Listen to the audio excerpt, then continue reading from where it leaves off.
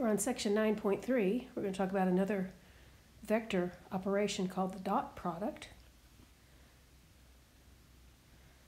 The dot product takes two vectors and gives you a scalar.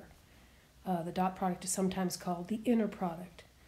If we have two vectors, A, whose components are A1, A2, and A3, and W's components are written as subscripted B's, then we describe the dot product, written and read as V dot W. You multiply the two I components together, the two J components together, the two K components together, and then add them. So remember, you get a scalar and not a vector.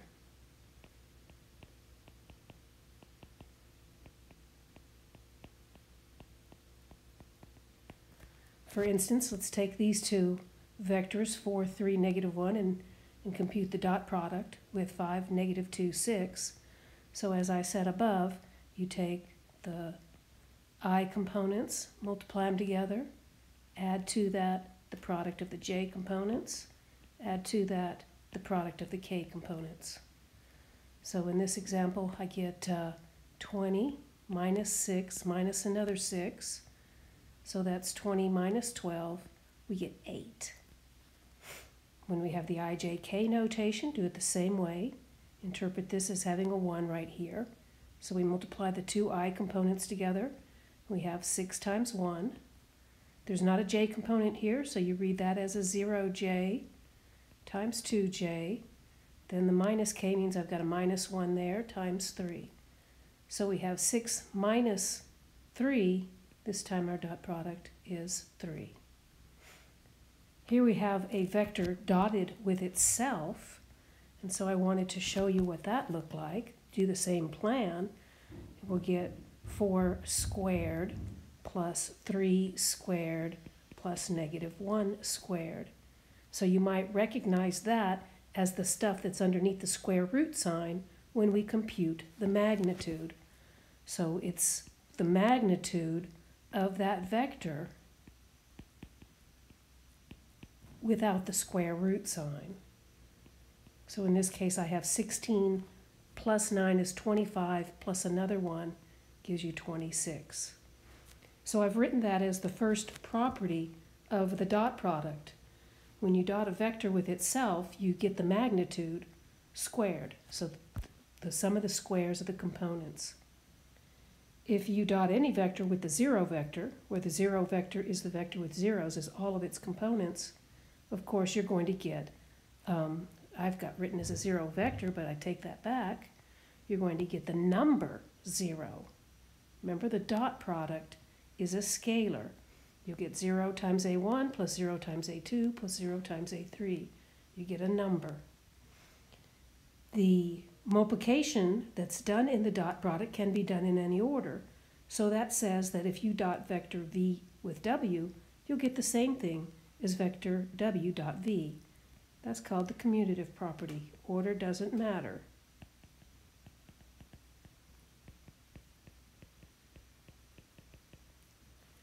If you do a dot product and then multiply by the scalar, that's equivalent to sending that scalar through either one of the two vectors, but not both, and then taking the dot product. So I can take the scalar and multiply the components of V, then take the dot product, or I can take the scalar and multiply the components of W and then take the dot product, or we can take the dot product and then multiply by that scalar. And then we have a distributive property.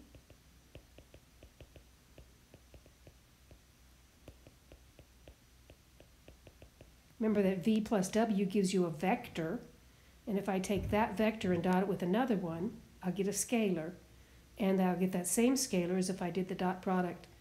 Distribute the U to the V with the dot product, distribute the U to the W. So I have two scalars now added together to give us a scalar.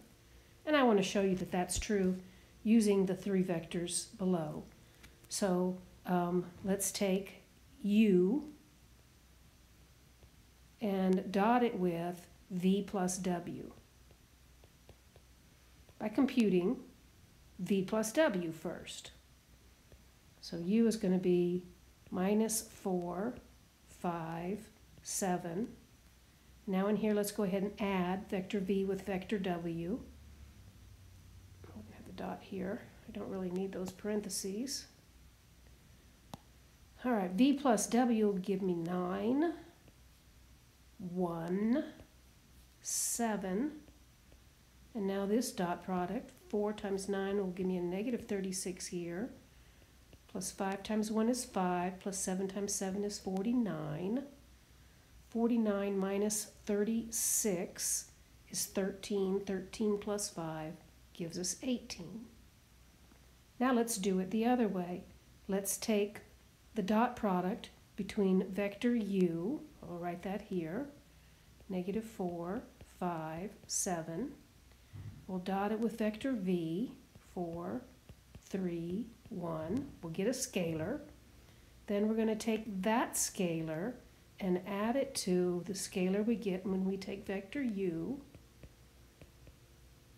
dotted with vector w, 5, negative 2, 6.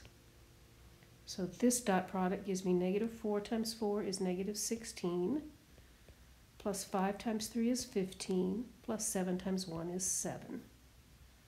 Over here, I have negative 4 times 5 is negative 20, plus 5 times negative 2 is negative 10, plus 6 times 7 is 42. So in the first one, I get negative 16 plus 15 is negative 1, plus 7 is 6. Negative 30 plus 42 is 12. 12 plus 6 is 18. So we did verify that for these two, this distributive property works. It works for all of them. One application for a dot product is it can help us find the angle between two vectors by enabling us to find the cosine of the angle between two vectors. So I've drawn a diagram with two vectors v and w with angle theta between them. And then I've drawn vector v minus w.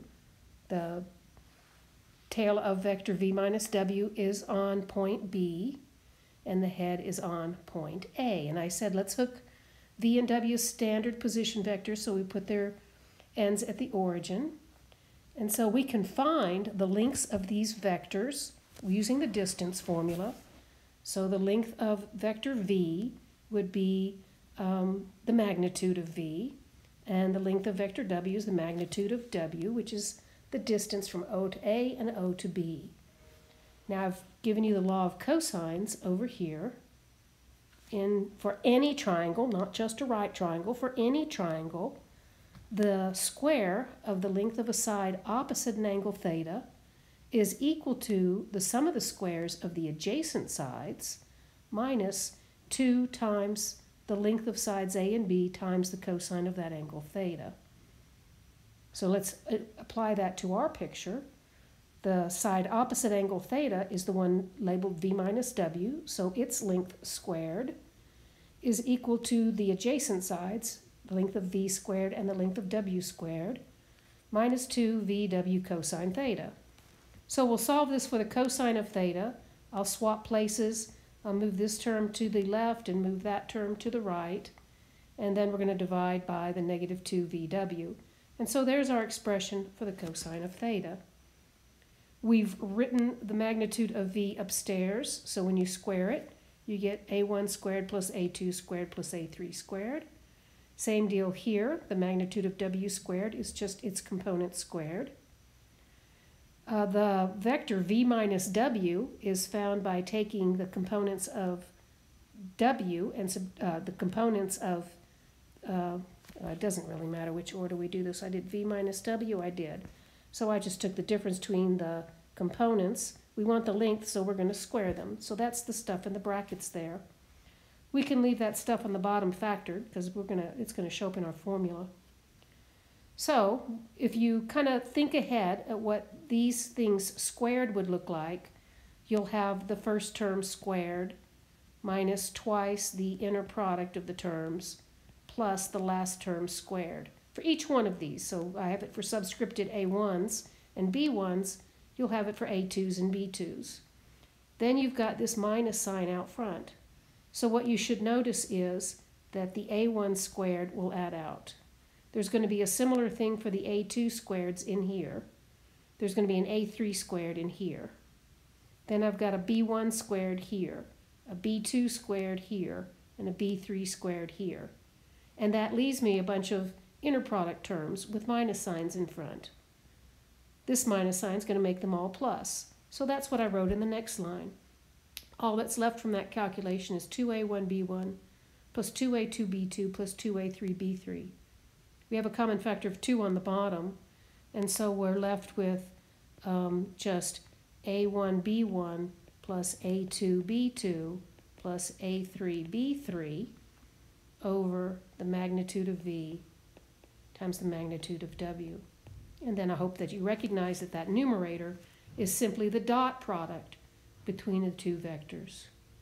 And so, the big picture is the formula for the cosine of the angle between two vectors is the dot product of the two vectors, which is a scalar, divided by the length of v and the length of w. This dividing by the length of v and w enables this number on the right-hand side to be a number between -1 and 1. And then angle theta would be the inverse cosine of that number.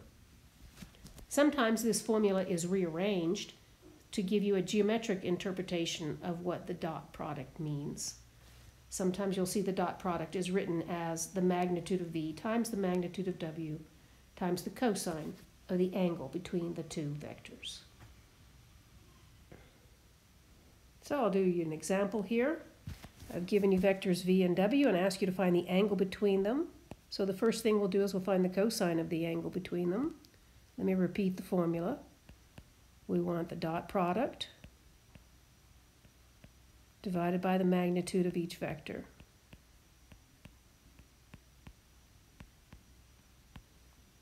And so, in our case, the dot product will be 1 times 1 plus 1 times -1 plus 1 times 2. Now we'd multiply by or divide by the magnitude of each vector. So vector v has components of 1, so we'll have 1 squared plus 1 squared plus 1 squared. Magnitude of w will be 1 squared plus -1 squared plus 2 squared. So we get that the cosine of theta is equal to, looks like a 2 on top, square root of 3, and let's see, 4, 5, 6, square root of 6. So 2 divided by the square root of 18.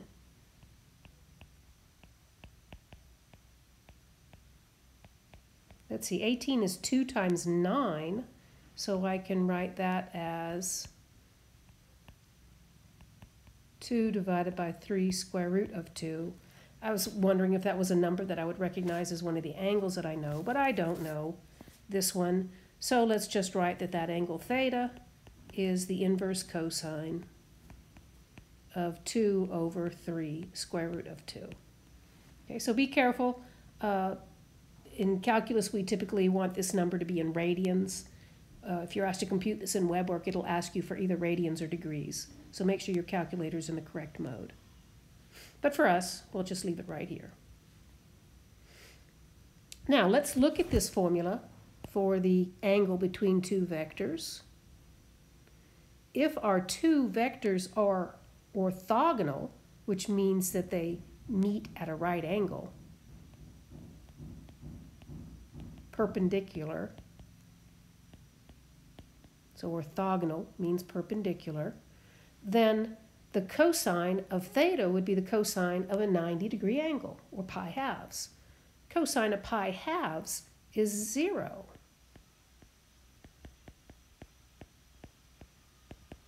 Which means the expression on the right-hand side of this formula up here would be 0. And the only way for that formula to be 0 would be if its numerator is 0. So let's make that note, that two vectors are orthogonal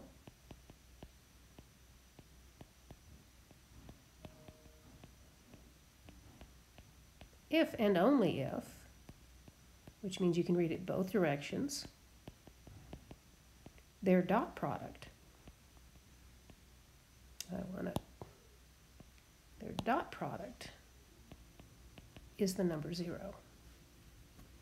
Okay, so if the dot product is 0, the vectors make a right angle. If the vectors are perpendicular, their dot product is 0. So in our example, we compute v dot w, multiply the two I components together. W is missing an I component, so it's 0. The j component here is -3. It's 1 in the vector w. And the k component is -3 for v and a -1 for w. So by gosh, by golly, these two multiply by 0. Therefore, they are orthogonal. Okay, so first application of the dot product is to find the cosine of the angles between two vectors. A byproduct of that is it gives us a test as to whether the two vectors are orthogonal. Another thing that we use a dot product for is in a vector projection.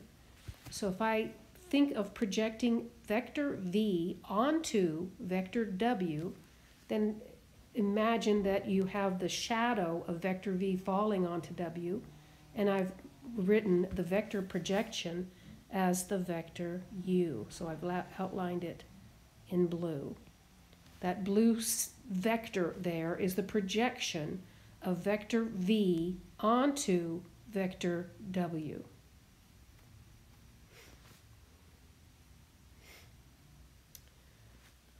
So we can use a little right triangle trigonometry to figure this out. That vector u is the vector projection. How long it is its scalar projection. So what we need to do then is to take vector w and scale it down by that length of u.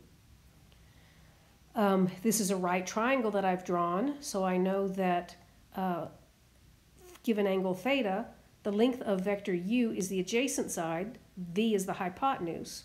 Adjacent over hypotenuse is found with the cosine of that angle. So that's what I wrote first. Then I solved that for the length of vector u, and so I get the length of u is equal to the length of v times the cosine of theta.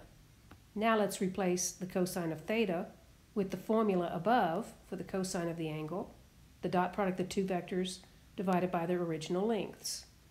That cancels vector v in the numerator and the denominator, and so we got the length of vector u is v dot w divided by the magnitude of w. So that's going to be some scalar that I want to scale down vector w. So the first thing we'll do is we'll look at a unit vector in the same direction as w. And so we do that. There's the unit vector in the same direction as w. Then we multiply it by this scalar product. But we derive the formula for the scalar product. That was this guy right here. And then here's the vector in the same direction as w, but of unit length. And so I've got the dot product, magnitude of w times the magnitude of w squared divided by w. And so the stuff in the parentheses here are dot products, right? Remember the magnitude of w squared is w dot w, and we define that as the projection of vector v down onto vector w. And we write it in this way.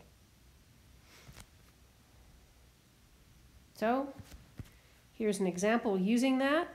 Find the scalar projection and the vector projection. So the scalar projection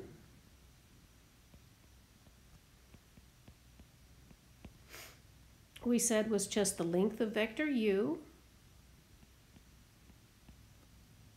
which is v dot w divided by the magnitude of w. So let's see, we're doing onto this vector here, so this is the one that's the w. V dot w will give us 2 times 2 plus 3 times -1 plus 5 times -2. Then the magnitude of the vector we're projecting onto, 2 squared is 4, -1 squared is 1, 2 squared is 4. And so we get 4 minus 3 is 1 minus 10 1 minus 10 gives me negative 9. 4 plus 4 plus 1 is 9. Square root of 9 is 3. So that's a negative 3 is the vector projection. Then we compute the projection of vector v onto w by taking that scalar projection, v dot w, divided by the magnitude of w, and we multiply it with the vector that is the unit vector in the same direction as w. So we take our negative 3, and now let's take vector w and divide it by its length. Vector w was, let me write it in this form, 2 minus 1, negative 2, and then its length was, where did I put it? It was negative 3.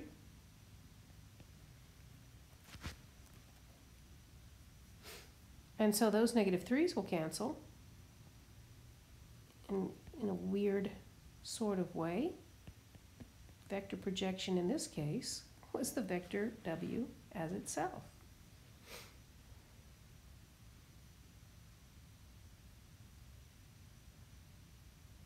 Didn't mean for that to happen, it just did.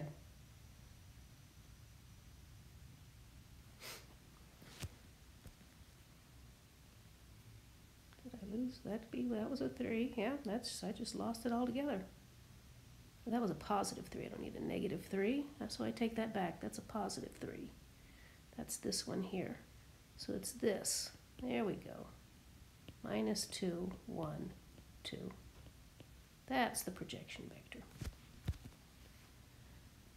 Now our third application is that the dot product can be used to compute work.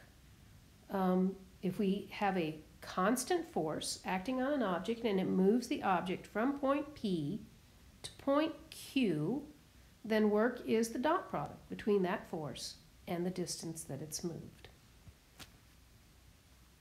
So I guess kind of a rinky-dink example, find the work done.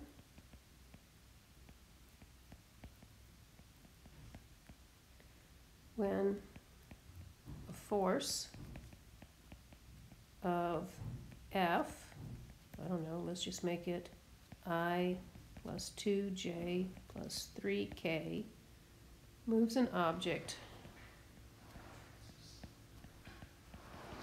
from point P, 1, negative 1, 2, to point Q, 4, 3, 1. So we need the vector that describes the motion, PQ. Looks like we take the coordinates of Q, subtract the coordinates of P. 4 minus 1 is 3. 3 minus a negative 1 is 4. 1 minus 2 is negative 1. And then work is F dot PQ. I'm going to get a scalar out of this. So F dot PQ will be 1, 2, 3 dot 3, 4, negative 1. And we'll get 3 plus 8 minus 3. So it'd be 8 units of work. I didn't give any measurements. Maybe this is forces in pounds and distances in feet, so we could say that this would be foot-pounds, but you'd have to have some sort of units applied. Okay, so dot product is easy enough. Give you a few applications of it. The next operation